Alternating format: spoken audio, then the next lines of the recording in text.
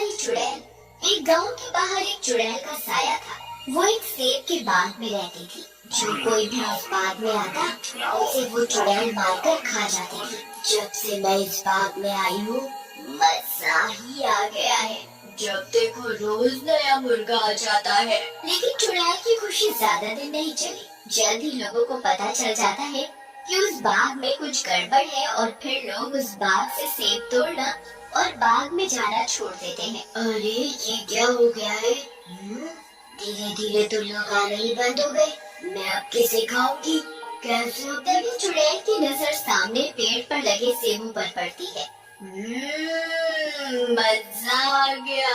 ये तो मेरे दिमाग में ही नहीं आया। लगता है आखिरी बार किसी मंद बुद्धि का मांस खाया था। अरे लोग नहीं आ सकते तो क्या, मैं तो उनके पास जा सकती हूँ। इसके बाद चुड़ैल एक सुंदर औरत का रूप बनाती है और बाग से सेब इकट्ठे करके बेचने निकल पड़ती है। सेब ले लो, सेब, खूब रसीले सेब। एक बार खाओगे तो अपनी बीवी को भी भूल जाओगे। सेब ले लो, सेब, खूब रसीले सेब। तभी सेब वाली पर कल्लू और पुत्तन नाम के दो गांव वालों की नजर पड़ती है। अरे पुत्तन, तू देखा कितना बढ़िया सेब वाली, चला हो थोड़ा सेब खरीदा, रात में खाब हो। खूब समझता हूँ ठरकी, जहाँ सुंदर औरत देखी वही लपट के पहुँच जाता है। चलो लेते हैं सेब। तो सेब वाली कैसा दिए सब? हमका लेना 5 किलो। बस 5 किलो? इतनी ही खा सकते हो इस उम्र में? लगता है बूढ़े हो गए हो। चलो ज्यादा अदाएं मत दिखाओ और 5 किलो सेब बांध दो हमारे लिए। अरे सुनो तो, कल भी आना, हम कल और 5 किलो ले लेंगे। फिर इस तरह वो सेब वाली वहाँ से चली जाती है। उधर रात में कल्लू और पुत्तन दोनों मिलकर सेब काटते हैं। उधर चुड़ैल भी रात में गांव में आ जाती है और पुत्तन के घर खिड़की से झांकती है। अरे कल्लू जल्दी काटा हो, तू सेब वाली और ई सेब देखकर हमसे रुका नहीं जा रहा। सब्र कर मेरे भाई, काटने तो दे। उसके बाद दोनों सेब खाने लग जाते हैं। उधर चुड़ैल जो ही खिड़की से देख रही होती है मन ही मन खुश हो रही होती है। खाओ खाओ, एक बार खाओ, फिर देखो मेरे सेबों का कमाल। जैसे ही कल्लू और पुत्तन सेब खाते हैं वो दोनों वहाँ से गायब हो जाते हैं और उनकी जगह 2 सेब रह जाते हैं। चुड़ैल अंदर जाकर उन दोनों सेबों को उठा लेती है। मजा आ गया, मेरी तरकीब तो काम कर गई है। धीरे धीरे मैं इस पूरे गांव को अपना शिकार बना लूंगी, सबको खा जाऊंगी, सबको। अगले दिन चुड़ैल फिर से सेब वाली का रूप बनाकर सेब बेचने निकलती है। उसे रीमा अपने पास बुलाती है। ऐसे वाली जरा इधर था, सेब मुझे भी खरीदने हैं। देखने में तो बहुत अच्छे लग रहे हैं, क्या भाव दिया? मेम साहब सेब खाओ, अच्छे लगे तो पैसे कल दे देना। मैं तो कल भी आऊंगी, जो मन करे वो पैसे दे देना। हाँ, सेब वाले की बात सुनकर रीमा को लालच आ जाता है। बात तो बहुत बनाती है, तो चल ले लेती हूँ तेरे से, लेकिन पैसे तो मैं बाद में ही दूंगी, और वो भी तब जब मुझे और मेरे घर वालों को ये सेब पसंद आ जाएंगे। फिर रीमा सेब लेकर अपने घर चली जाती है। वहाँ उसका पति राजू बैठा होता है। रीमा सेब लाकर राजू को देती है और वहाँ से चली जाती है। इस औरत ने जिंदगी में पहला अच्छा काम किया। इतने बढ़िया सेब भला इस सिफरी को कहाँ से मिल गए? ये कंजूस आज कहाँ से सेब खरीद लाई? लेकिन मुझे क्या, मैं तो खा लूं जल्दी से। राजू सेब खा जाता है, लेकिन राजू जैसे ही सेब खाता है वो भी सेब बन जाता है। उधर रीमा घर वापस आती है और राजू को घर पर ना पाकर गुस्से में आ जाती है। इस आदमी से तो मैं दुखी आ गई हूँ। कब आता है कब जाता है कुछ पता नहीं चलता, आवारा कहीं का। उसी रात चुड़ैल वापस राजू के घर आती है। एक और नया शिकार। जय हो चुड़ैलों के देवता की। इस तरह तो मैं दुनिया की सबसे ताकतवर चुड़ैल बन जाऊंगी। पहले इस राजू सेब और बाकी के सेबों को तो अपने कब्जे में ले लूं।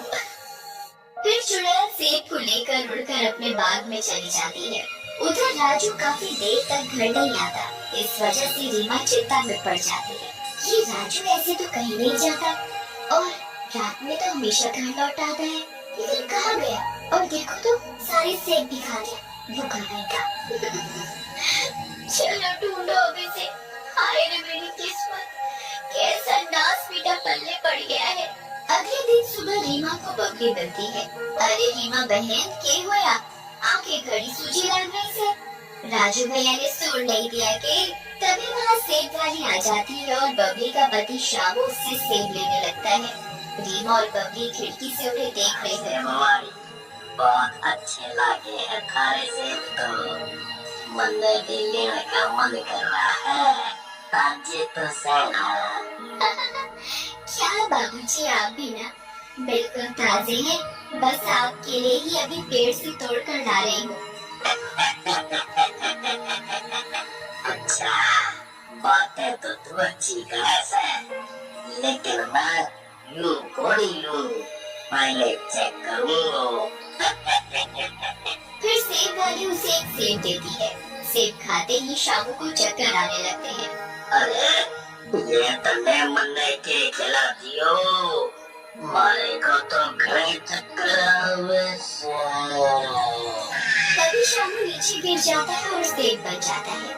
सेब वाली भी चुड़ैल के रूप में आ जाती है और शामू को उठाकर वहाँ से उड़ जाती है। ये सब रीमा और बबली देख लेती है। अरे बबली बहन, मेरा पति तो सेब बन गया से। अब मैं क्या करूं? पता नहीं चुड़ैल उसने कोई फ्रूट चाट में ना खावे होवे। हाय मेरे पति, बेचारे को सेब बना दिया। मन ने भी कोई ककड़ी वगैरह बना देवे। हाय रे मेरा पति। अरे चुप करो रीमा बहन, अब उसने कुछ भी किया हो शामू भाई का, हम उसे पकड़े बिना नहीं रह सकते, इसलिए तुम परेशान मत हो। फिर रीमा और बबली गांव के प्रधान को जाकर सारी बात बताती है। अच्छा बबली बेटी, अगर ये सब सच बात है तो हम सब लोग सचमुच खतरे में हैं और हमें अपनी जान बचाने के लिए कुछ करना होगा।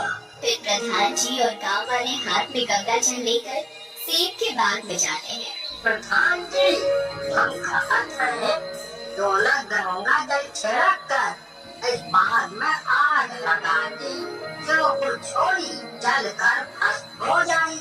हाँ, जैसा तुम लोग ठीक समझो, मुझे तो सिर्फ अपना गांव बचाना है। फिर गांव वाले सेब के बाग में गंगा जल छिड़क कर आग लगा देते हैं। आग लगते ही चुड़ैल का जादू खत्म होने लगता है और गांव वाले जो सेब बने थे वो भी ठीक हो जाते हैं और वहाँ से भागने लगते हैं। मैं ठीक हो गया प्रधान जी, मैं ठीक हो गया। आपने फ्रूट चाट बनने से बचा लिया। तभी चुड़ैल वहाँ आ जाती है और बहुत गुस्से में आ जाती है। अरे आओ राजू, पहले यहाँ से भाग ले। अबे तेरी अम्मा आ गई, एक खुशी मनाना। आओ सब यहाँ से। अरे ये क्या किया दुष्टों, मेरा सारा जादू खत्म कर दिया। मेरे सालों की मेहनत बर्बाद हो गई। मैं अब सब गाँव वालों को जिंदा नहीं छोड़ूंगी, सबको मार कर खा जाऊंगी। तभी चुड़ैल के आगे पुत्तर आ जाता है। हमका माफ कर दो मैया, हमसे गलती हो गई। हम आज से कौना औरत की तरफ आँख नहीं उठाएंगे, जब भी देखेंगे सिर्फ मारे ही देखेंगे। माफ कर दो जी। तूने मेरे पति को सेब बनाया ना, अब मैं तुझे नहीं छोड़ूंगी। तो ये सब तेरा क्या धर्म है? सबसे पहले मैं तुझे मार देती हूँ, फिर बाकी गाँव वालों को देखूंगी। चुड़ैल पुत्तर को फेंक जाकर रीमा अरे मर गया रे, मेरी कमर, इसका तो कमरा बन गया।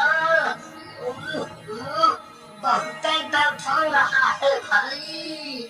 तभी तांत्रिक अपने पास से भस्म निकालता है और चुड़ैल के ऊपर फेंक देता है। पाउडर फेंक रहा है मुझे पूरा करने के लिए। चुड़ैल, देख तो सही, अभी मेरा जादू।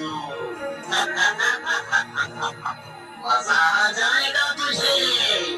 तभी एकदम से चुड़ैल जलने लगती है। अरे तांत्रिक ये क्या कर दिया? मुझे जलन क्यों हो रही है? मैं जल रही हूँ, बचाओ बचाओ।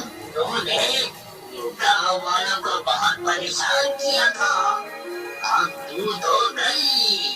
थोड़ी देर में चुड़ैल पूरी जल जाती है और गांव वाले चुड़ैल के साए से आजाद हो जाते हैं और सेब का बाग भी ठीक हो जाता है।